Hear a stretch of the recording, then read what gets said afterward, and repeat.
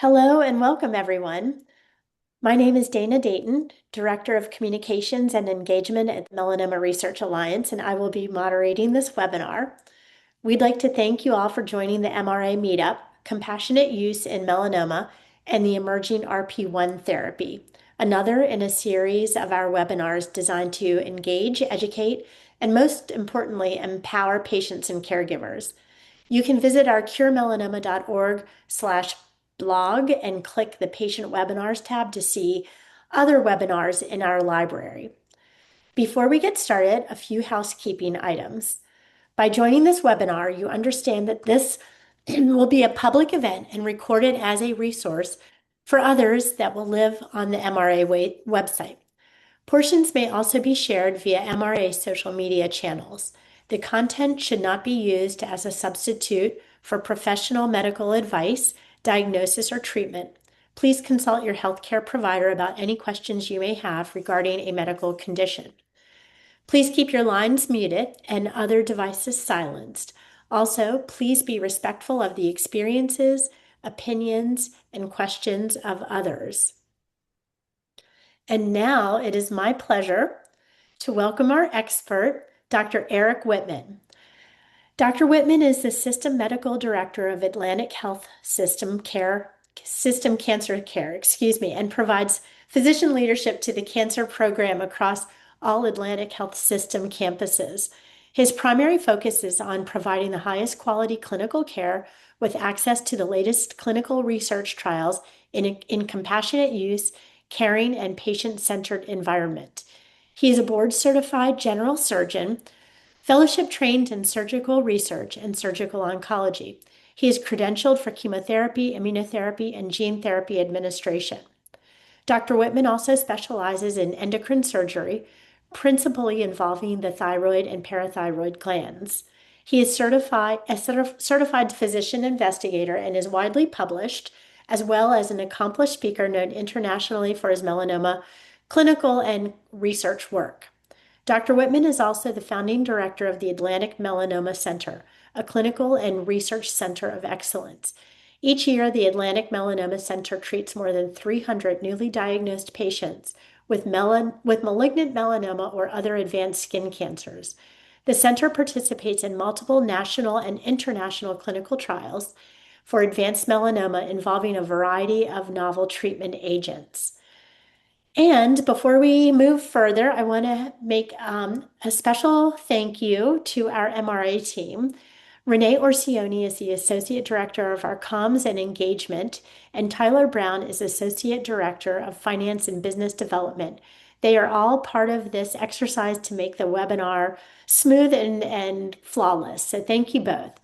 So let's get started. Dr. Whitman, you've been a leading expert in the melanoma space for decades. Clearly, we have the right doctor here with us today. Can you please introduce yourself a little bit more and just kind of personalize this for everyone? Thanks, Dana, and it's a pleasure to be here today.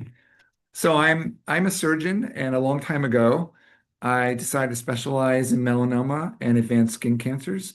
A big part of that for me was my interest in how the immune system interacts with cancers and how we can use our immune system to treat cancers. And perhaps as many of the people on the call know, that has come to fruition.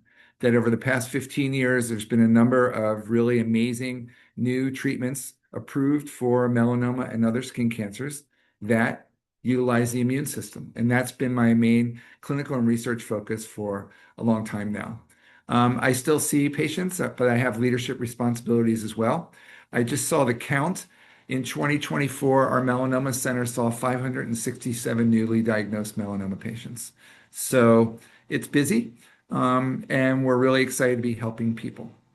Today, I've been asked to talk a little bit about a new drug called RP1, which is hopefully close to FDA approval, and also to talk in some detail about compassionate use, single patient compassionate use, and how that works. Great, thank you. Yeah, clearly you are very busy, and it just goes to show that we still have a lot of challenges to tackle in the melanoma space. So I'm glad Yes. we're talking about this today. RP1 and compassionate use are both very prescient issues for people facing an advanced melanoma diagnosis who have, limited options. So I'm looking forward to diving in. Can we talk a little bit about why RP1 is so promising and what the current trial results are showing? Sure. So RP1 is a engineered virus. It started out as a herpes virus, although it doesn't give you herpes, but it started out as a herpes virus, which from a biotechnology perspective is easy to modify. And they modified it to change how it grows and multiplies to give it additional proteins that it makes that help it kill the cancer cells. But it kills the cancer cells in such a way that it exposes the proteins that make the cancer cell dangerous to the immune system. So it's basically increasing the target for the immune system. It's making it a target-rich environment, as they say in the movies. And there's another virus that's already approved for treatment of melanoma. And I've asked the company, and it seems like this virus is everything that one is and multiples more, just much more efficient and much more primed to help our immune systems find and kill the cancer.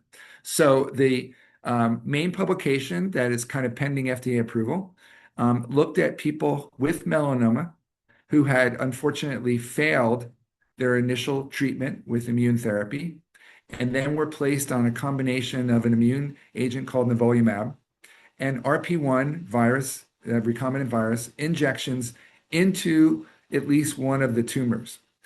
And the results were that almost 33%, 32.9% of the patients who got this treatment responded. These are people who had failed really powerful drugs and were really, wanting to know what's next. How can I fight this melanoma back? And basically a third of them, more or less, responded to the drug with tumor shrinking. The really dramatic part, though, the really impressive part for me and the other physicians as we saw the data roll out, was the fact that a number of uninjected sites, that is, let's say you unfortunately have 3 different spots where the melanoma is spreading, and you're only able to inject one. In a high percentage of people who responded, the other sites started shrinking too. And that's a sign that the immune system found the signal, that the immune system started to recognize the cancer and started killing melanoma cancers throughout the body. So a very exciting trial, very exciting results. And we're hoping actually this week that the FDA approves the drug. Yes, I know a lot of patients are hoping to. All of our fingers are crossed. So it Yeah. sounds like it potentially can have like a systemic effect almost, sort of like Yeah. what we are used to using chemo for or immunotherapy. So this is really exciting because it's a different way of taking care of the cancer or attacking it. Right. And those patients had already received the nivolumab, most of them, or a drug similar to that. So the fact that you added on this virus injecting a tumor and 32.9% of them responded is really great because these people really didn't have other options that are FDA approved. And so we're trying to give them, well, we're hoping that the FDA will give those patients an opportunity to get this treatment outside of a clinical trial.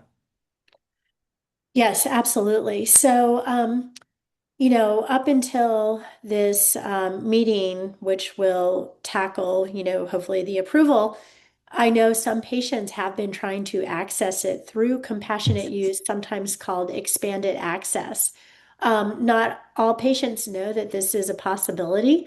Can you talk a little bit about who, it might be right for, what makes it relevant in the melanoma setting? Sure. So, expanded access is a process and a way of getting access to a drug through compassionate use in quotes, with approval of the FDA and the company that has designed and is making the drug that company is called Replimune. So, this option is out there potentially for any treatment that is not FDA approved. But there's a process that you go through, and I'll describe it a little bit because it's a little complicated. Um, First, your physician has to request from the company, from Replimune in this case, access to the drug, and the drug would be provided free. The other parts of the treatment might incur insurance costs. There might be billing for other stuff that's already FDA approved, scans or lab tests, or even in the nivolumab. But the RP1 itself would be provided free of charge by the company. So the company has to say, we agree. We agree that this patient is appropriate. So your physician would have to evaluate you and contact the company and fill out the company has a form, fill out the form and say, here's this patient. They don't say your name. And this is a situation. This is someone who has melanoma and they got this treatment. It didn't work and et cetera. And they still have melanoma and they're worried because they don't have any other options. And then the company would evaluate the request and hopefully respond to you with what they call an LOA, a letter of agreement. And then armed with the letter of agreement, your physician, again, you're not involved in this process at all as a patient, your physician then submits a form to the FDA saying, okay, here's a patient. Again, not your name, just your initials and your age, et cetera. Here's this patient. They have melanoma. They haven't responded to treatment to date, unfortunately. And we think this, I, as a physician, my team believe this would be a good option. We've reached out to the company and they've agreed. So here's the LOA. Here's my CV, my experience, my resume. And we'd like your permission to go ahead and treat them with this drug combination. And then the FDA will evaluate that and again, hopefully give you approval. Once you have the approval, from a technical perspective, you are a clinical trial of one person. You are still a research subject. So you have to get an institutional review board or an IRB approval to treat under the clinical trial for you. There is no one else on this clinical trial. It's just for you, which is an interesting concept, actually. So you become what we call an N of one. The IRB approves the trial. There's a consent form that you would have to sign. It's IRB approved, and then you can get treated. Going forward, the IRB, Institutional Review Board, and the FDA will want follow-up information from you. Did you treat the person? When did you treat the person? How did they do? Did they have any side effects? What's been going on? Again, without revealing any of your personal information, just talking about the situation. So it's a process, and it's really interesting to think about that it's a clinical trial of just you, just one person. I love that for sure. I think, it does provide a lot of hope and opportunity for some people. Now, not every physician might not think to look in this direction. What could a Mhm. patient possibly say to their physician if they have any interest in pursuing it? Right. So they'd have to say, look, nothing's working. I've heard about this drug called RP1 from the company called Replimune. Can you either yourself or your office or your team find out about getting me this drug through compassionate single patient exemption, compassionate use treatment? Or do you know of any local or regional facilities or hospitals or physicians who are experienced with this and can do that? Because there's Thank not going to you. be a clinical trial open anywhere for necessarily for you. There are clinical trials open with this drug, but you may not fit those Mhm. criteria. So they would have to go through expanded use, single patient, expanded access, compassionate use. They'd have to go through that process. And not all physicians have done it. So you have to find someone who has. Yeah, absolutely. And how long do you think the process could take? I'm sure it's not easy. I would say it typically takes between 1 and 2 weeks. It's not Okay. that long. The first time is hardest. We've done um, 5 or 6 people now over the past 6 months with this process. And the first one, it takes the most. And then the Hmm. second one, you already have everything in place and you know what happens next. Absolutely. Okay, so let's say, I am a patient and I'm working with you to access RP1 through compassionate use because I really don't have any other options left. I'm willing to do it. It could be kind of my Hail Mary, if you will, but what type of safety issues should I be thinking about? Questions I should ask? How will I be followed? Things like that. Sure. So the treatment, we use the treatment plan that was in the clinical trial that was published. Um, the injections of the virus into the tumor occur every 2 weeks. The first one is just the injection, and then starting after that, you would get both the nivolumab infusion and also the injection to the tumor on the same day. Um, After a number of treatments as per protocol, you don't do the injections anymore. You just continue the nivolumab, and that can continue as long as it seems to be helping you and you're not having any side effects. It is a clinical trial of one, so it's just you and your physician. So it should be someone who's experienced in this kind of thing, um, and kind of go from there. There are side effects to any treatment. From the nivolumab perspective, the odds are that the patients getting this have already received nivolumab or a similar drug, and so they already know some of the immune-mediated side effects that can occur. From the RP1 injections, sometimes people will have kind of injection site pain from just from the injection itself, which is like a vaccine shot, or an allergy shot. And then they can also get some fevers or chills because you are injecting a virus, and the virus leaks into your bloodstream and all. It can cause a reaction in your body to cause some fevers and chills. You don't actually get an infection. It's really just like overnight sort of thing where you feel like you're getting the flu, but you really don't. Yep, just a reaction, kind of like when you get a flu shot sometimes. Yes, exactly. Okay. Um, so if I am, a patient and lucky enough to be able to access this, could this prevent me from taking part in any future clinical trials? I guess that's always possible. Um, Hmm. it depends upon the clinical trials. Each clinical trial has a specific list of inclusion and exclusion factors, criteria. In other words, in order to be on the trial, you have to have all of these things, and you can't have any of those things. And so potentially other trials might have a specific line of inclusion or exclusion that would not allow you to be on the trial if you've received this sort of treatment. I would say most do not.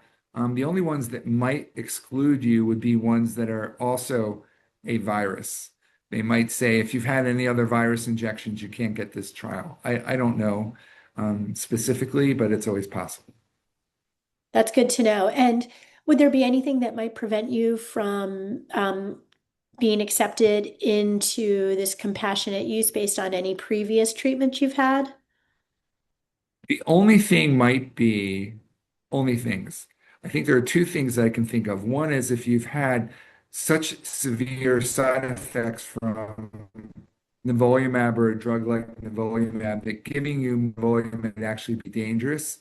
I can see that the company and or the FDA might say, no, this isn't safe. It's all about safety at that point.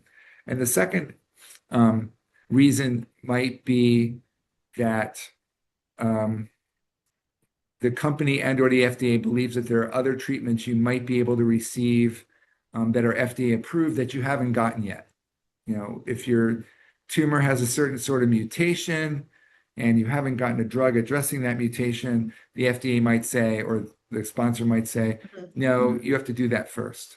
So those are the only two instances where I can say that you definitely would not get approval. Other than that, um, I think there's interest on both the company and the FDA's part, and hopefully also, of course, your physician in doing the best thing they can for you.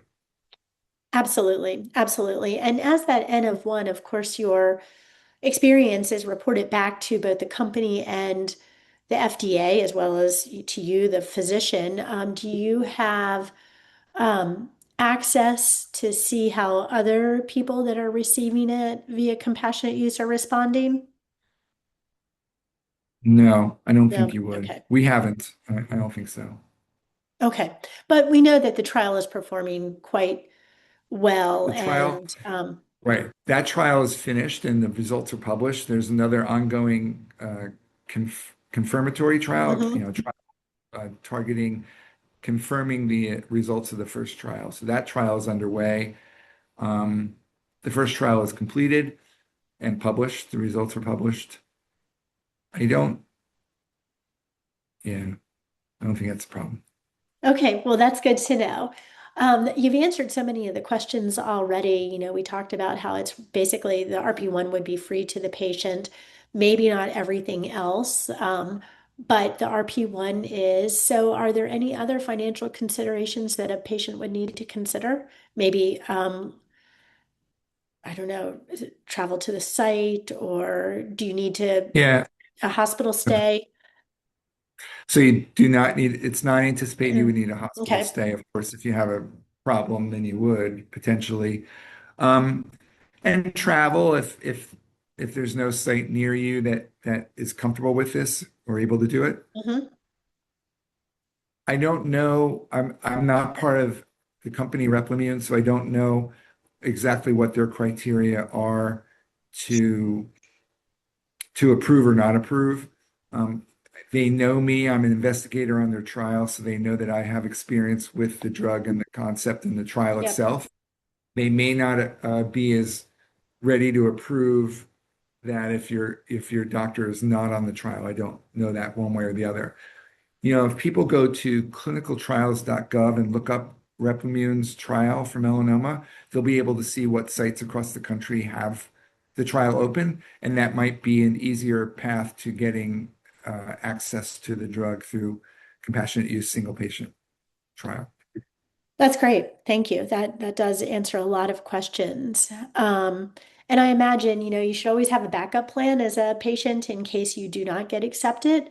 Right. So I imagine that's where, again, clinicaltrials.gov would come in handy to see what else might be out there that fits your unique situation. Okay, and that's Yeah. something. Yeah, that's tough though. That's tough.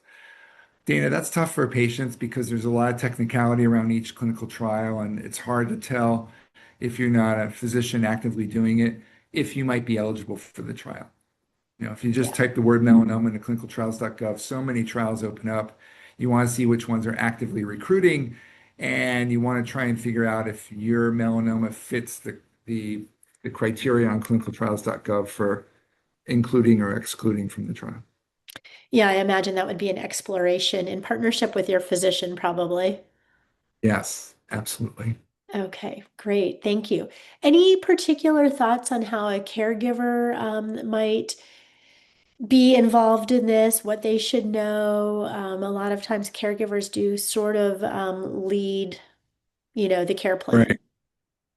Right. I think they can certainly help the patient reach out to a physician, their physician, and figure out if they have knowledge of this, if they've done it before, because again, once you've done it once, it becomes a lot easier subsequently.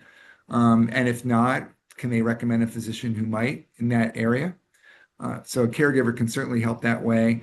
I think that it's probably a good idea to have a caregiver uh, do transport, you know, travel to and from the first couple, because you never quite know how people are going to react to the injection. What we don't want is for people to be driving themselves and have some sort of fever or flushing reaction to the injection as they're driving home. So you definitely need travel support, and of course, we all need we all need support from loved ones and friends at these times. Absolutely. Absolutely. Well, we received a couple of questions at registration, so I'm going to tackle those first, and then we'll move to any that have come in, um, you know, during the webinar.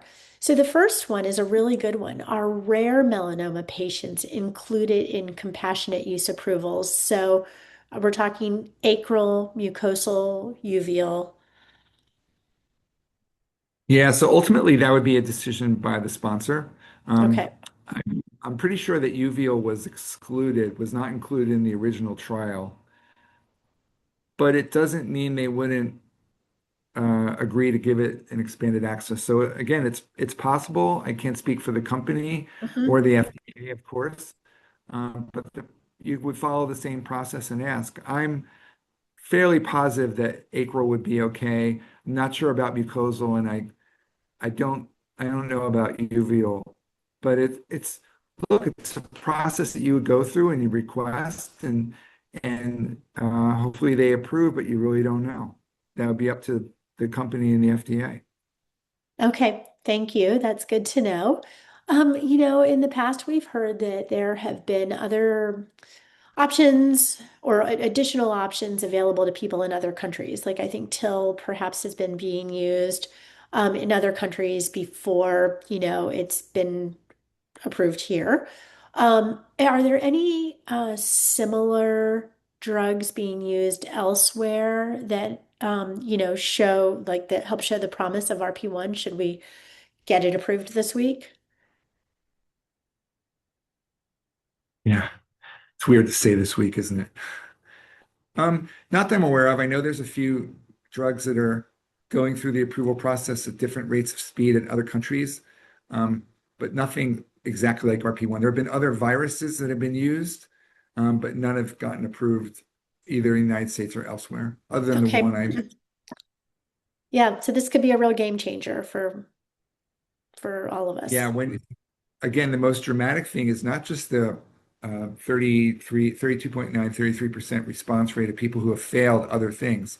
It's also it's also when people respond, how often other sites shrink, sites that weren't injected.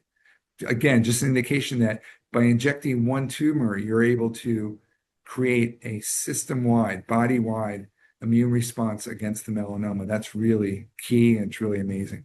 That is really cool. Is that just out of curiosity? Here's a question from me, not from anybody else. Is that similar to like the apoptosis effect with radiation?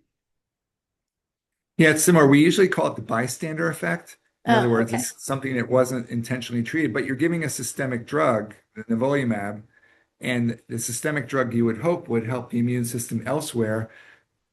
But in basically all those patients in the trial, they had already gotten a drug like that. So it hadn't helped before. The fact that it can help it now clearly shows you the impact and the difference by also injecting the RP1. That's really, really exciting and really Yeah, promising. apoptosis, Dana, is just the word where a cancer cell just kind of collapses and dies. Just It's gives a up. it's a cell death. It's a na fancy name for cells, cancer cells dying and getting reabsorbed. Now, why they die or how they die is a different question, but apoptosis is the word for that. Love You it. know, Love it. when you're a professional, when you're a physician, you have to come up with fancy words for things so that it makes you special, makes you feel special. Yeah, well, I love it, and I love that that's the effect that it does have. Um, Let me ask another question. Would you, as an oncologist, be able to pair this compassionate use drug with another FDA approved drug if you just have a hunch that there could be some symbiotic opportunities? I would think you would have to go through the same process. I think it's less likely to be approved, particularly if we don't have any idea if it does anything, right? So you're getting approval to use an experimental drug in a way that's already been done experimentally. I think it would be a different level of approval or enthusiasm from both the FDA and company sponsoring the drug to or providing the drug to approve something brand new. I don't think that would happen, but I don't know. Yeah, thank you. That's Plus, you'd I have to do write an entire clinical trial from scratch. right. Exactly. Yeah. And I know you have to You have to keep write a brand new clinical trial and have an informed consent and anticipate any possible side effects. So it would be a lot more work, a lot harder. absolutely. Absolutely. And you Yeah. want to control, of course, everything possible that you can. Look, we I believe, and many others in the melanoma community believe that the FDA should approve this based on this data. So personally, I feel like I am giving patients access to this drug pre-approval. I hope I'm right, but I feel like by doing this, I'm giving them a drug that in a month or two I would be able to give them anyway. I'm just getting it to them when they need it, and that's where we're at. Absolutely. And they get to be the trailblazers. So I love that. We do have a question that I see that just came in. Will RP1 essentially replace TVEC? Additionally, will RP1 always be used in conjunction with nivolumab? Those are two great questions. I don't know if it will replace the drug called TVEC. Um, it's a similar drug. I think the company feels that RP1 is more active, but they've never been compared head to head, so we don't know. So it might replace TVEC. Um, that would be a clinical decision by the oncology physicians. What's the second question? Oh, other combinations?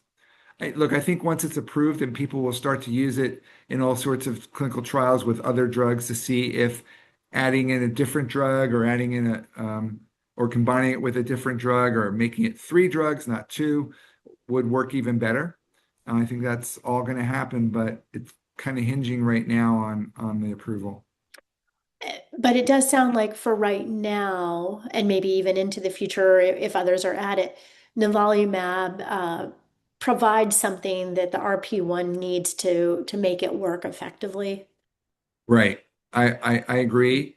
Um, I don't think that's a surprise to anyone. I think that a lot of the clinical trials that are out there right now are combining a new drug like RP1 with an established drug with a known track record like nivolumab.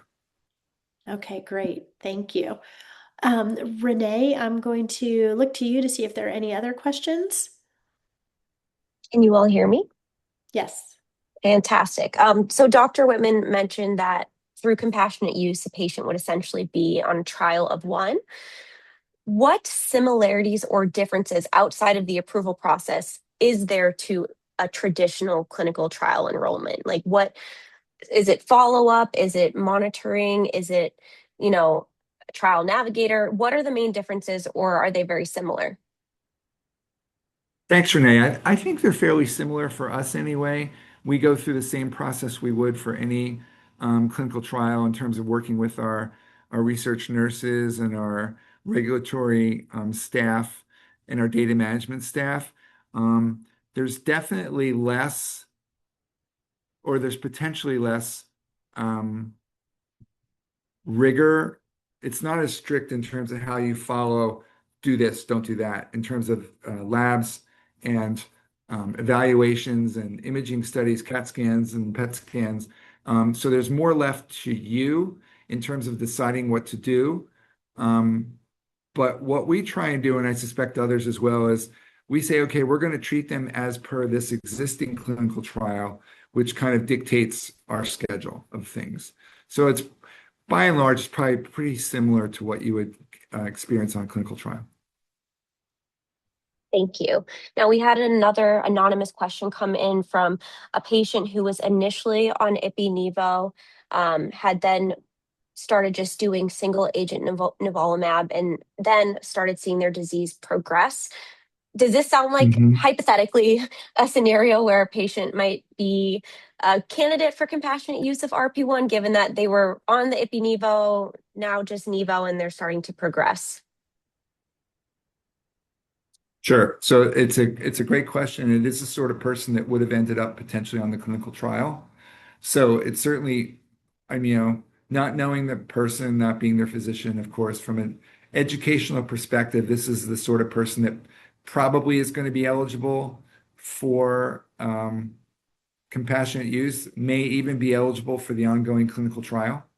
So it's all a matter of discussion with their physicians and looking into it, and perhaps also going to a site to see a physician who is part of the ongoing clinical trial, which is ongoing clinical trial is similar to, but a little different than the previous one. Thank you. And then lastly, you had kind of touched on this. You had mentioned, maybe severe adverse events, but what are some of the other most common roadblocks a patient might face when trying to get compassionate use of a drug? So you mentioned side effects. Is there anything else? I think the biggest roadblock is really working with a clinical and research team that knows how to do this. And I suspect that's why we're having this webinar. It's something that I've learned through experience and looking into it further. It's not something that I don't think anyone in med school, residency, or fellowship has ever done this, or very, very few. So it's something you learn by doing it and talking to the research team, the regulatory team, the IRB, and the FDA. And once you've done it once, it's a lot easier the second time. Um, but each patient is individual. Each story is individualized. And we said N of one, N meaning the number of patients in a trial. So you are your own clinical trial, which for some people is exciting, for some people is very daunting and scary, I'm sure. But there's really no other roadblocks, again, unless you were unable to tolerate nivolumab or a similar drug before that would make you worry, because you're going to worry the most about potential side effects from a drug that's not yet approved. What are the interval scans or imaging? Like, how do you know, when do you know if it's actually working? Right. So two things. You would evaluate people clinically because a lot of times in melanoma, the spot that you're injecting is something that you can see and feel. Maybe it's a lump on an arm or a leg or a lymph node in the armpit, something like that. So if it starts to shrink, things are going in a great direction. But for us, we would CAT scan people every 10 to 12 weeks or PET scan people every 10 to 12 weeks while they're on treatment to see how they're doing. Because even if you can see or feel things shrinking away, you want to make sure that stuff you can't see is going away as well. Absolutely. It's great to know. Is there anything else that you would like to share on this topic? No, I'm sure that people who are listening are really uh, interested in this, and I hope that they're interested in this from an educational perspective, not because they really, really need it, but if they do need it, I hope this was helpful to them. Well, I know it was helpful to me, and I know compassionate use access has helped a lot of patients before. So hopefully, it will Yeah, continue to help those that need it now. Hopefully, at least for the situation that we're talking about, where melanoma patients need a drug like RP1, maybe it will be something that they can access, just through regular scenarios soon. We'll keep our fingers crossed. But if there are right. no other questions from the audience, we'll wrap it up. We will have this recording available on our website. And of course, I know you'd probably be happy for us to be in touch with you if anything comes up that, question that we can't answer. Sure. That would be And great. I'll add one more thing. We did have a patient who had maybe like some of the people on the call had received everything we could think of and nothing worked and the melanoma kept growing and that person was our first on the compassionate use. And we went through all the approval pathways we talked about and injected the tumor and gave them nivolumab and everything melted away. That person is happy as a clam. And that's the sort of success story that all of us as physicians uh, love to experience for the people. It's why we get up and shower and go into work every day to see something like that. And so I wish other people that end up getting this treatment, I wish them all the best, and I hope they have the same level of response that she did. It's not going to happen all the time, but when it does, it's amazing. It's an option, and options provide hope, and they keep you going to the next day. And, just a little anecdote from myself. I'm a very grateful recipient of a compassionate use drug myself, and it worked for me. So I like to share that possibility with others, and very grateful for physicians like you that are willing to work through all of the minutia to make it happen. I know, it sometimes is a lot. You've got people to see in clinic, and paperwork is not, always easy to get done. So we really do appreciate that. I also want to take a moment to remind everybody that May which is coming up just around the corner, is Melanoma Awareness Month. So it's always a good time to remind people that UV protection and early detection are really our best weapons, and hopefully will, help many of us avoid dire situations in the future. Please check curemelanoma.org for more upcoming webinars like this one, as there are, many things to learn and more ways to stay engaged and get involved. We're really grateful to our audience and especially you, Dr. Whitman, for allowing us to educate patients and caregivers in a safe and interactive setting. Remember, this recording will be available on our site, and we are here if anybody needs to reach out in the future. Thank you so Well, thank much. you. Thank you, We really everyone. appreciate you. Appreciate it.